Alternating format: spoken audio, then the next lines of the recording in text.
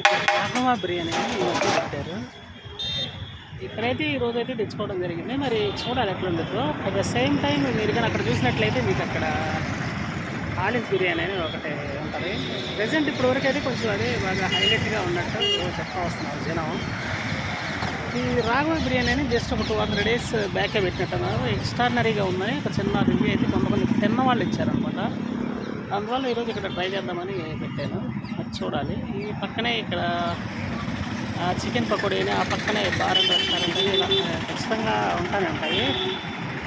Railway స్టేషన్లో దిగినలో జనరల్గా ఇక్కడ శ్రీహరి లాడ్జ్ అని, పక్కన శ్రీకన్య లాడ్జ్ అని, అక్కడ హోటల్ శ్రీకన్య అని ఇట్లా. అంటే ఇది ట్రంక్ రోడ్ అనమాట. ఈ ట్రంక్ రోడ్లో మీకు కంటిన్యూగా ఈ హోటల్స్ కానీ లాడ్జెస్ కానీ ఇక్కడ ఇది ఉంటాయి.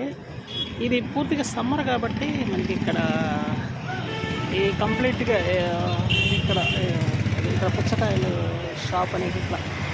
కానీ సమ్మర్ సీజన్ కంప్లీట్ అయ్యేటప్పటికి ఆ పుచ్చకాయల షాప్ అయితే అక్కడ ఉండదు. బిర్యానీ పాయింట్ మాత్రం ఉంటుంది. అంటే క్లిక్ అయితే టేస్ట్ అంటే కంప్లీట్గా ఉంటే మాత్రం ఖచ్చితంగా జనాలు ఎగబడతారని చెప్పడంలో డౌట్ లేదు. ఇట్లా అక్కడ ఆలిస్ బిర్యానీ అని ఏదైతే ఉందో అక్కడైతే ఖచ్చితంగా జనాలు ఎగబడతానే ఉంటారని చెప్పాలి. వాస్తవం ఫస్ట్ అక్కడ ట్రై చేశాను.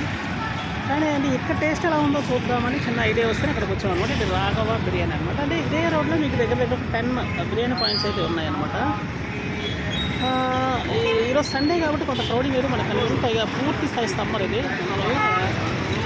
హ్యూజ్ క్రౌడింగ్ అయితే ఉందని చెప్పాలి.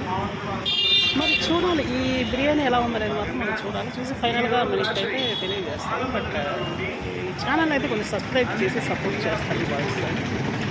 ఓకే, నెక్స్ట్ ఇంకొక ఐటమ్తో అయితే మీకు ఖచ్చితంగా మీ ముందుకు వస్తాను. Thank you. ఈ వీడియో ఓపిక చూసినందుకు.